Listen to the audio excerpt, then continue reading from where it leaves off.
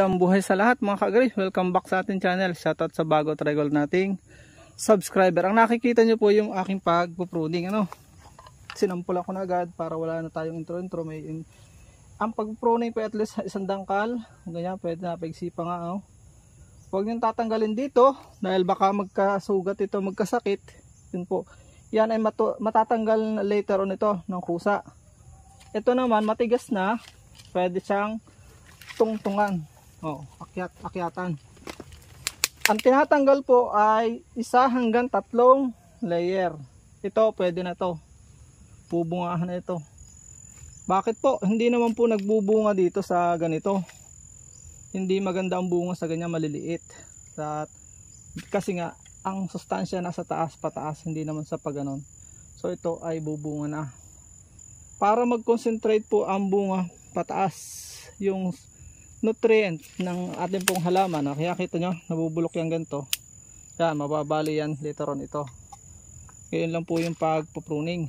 At pinupruning ko din po sa taas para yung gitna, para lumawak yung yung canopy niya.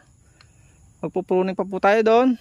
Dahil baka maunahan pa kayong magulang at baka gamitan ng gulok ay nasusugatan minsan yung nahihirapan pa yung katawan. Baka bumunga na ito ngayon. Magsasampul ako ng ilan at hindi ko na ipapakita pan lahat. Yan kita nyo, iyabong na kasi pinunin ko yung gitna. Yung hindi nakapanood, panoorin nyo lang about mangustin. Yan yan ang sikreto niyan. Yan ganun din, yung 3 sangang yon na maliliit ay akin tatanggalin na. Sa gabal po yun may tungtungan pa naman. Yung 4 na yan ay tatanggalin ko na dahil mababa naman yung So panoorin nyo na lang yung ginagawa ko at mamastar nyo.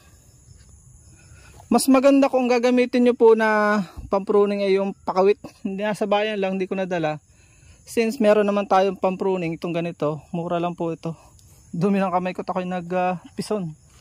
Kung kaya, protection pa po yan sa tupa.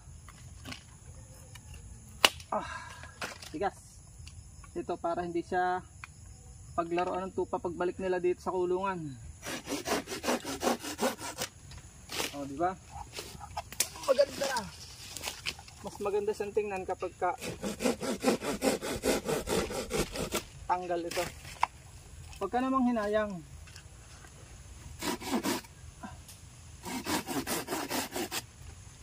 Yan okay. Okay na yan, ganyan kataas.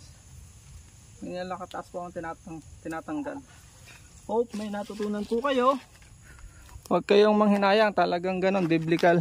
Pinupruningan nyo yung nagbubunga para lalong magbunga. Maraming salamat na may natutunan kayo.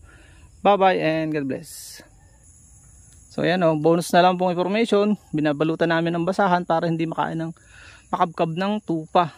Dahil sayang naman nahihirapan silang makabawi pagka nakakabkab yung balat. Baka mamatay pa. Ganon din ako mga kambing. Ganon sila ka peste sa hindi naman peste kundi ganon sila ka damaging sa mga halaman kung hindi mo alam yung mga technique.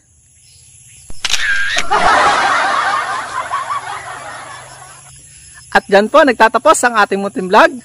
Kung kayo po ay mahilig sa ganitong klaseng mga upload at bago lang po kayo sa aming channel, huwag nyo pong kalimutang mag-subscribe. I-hit nyo na rin po yung notification bell para updated po kayo sa aming upcoming videos. Maraming salamat. Bye bye and God bless.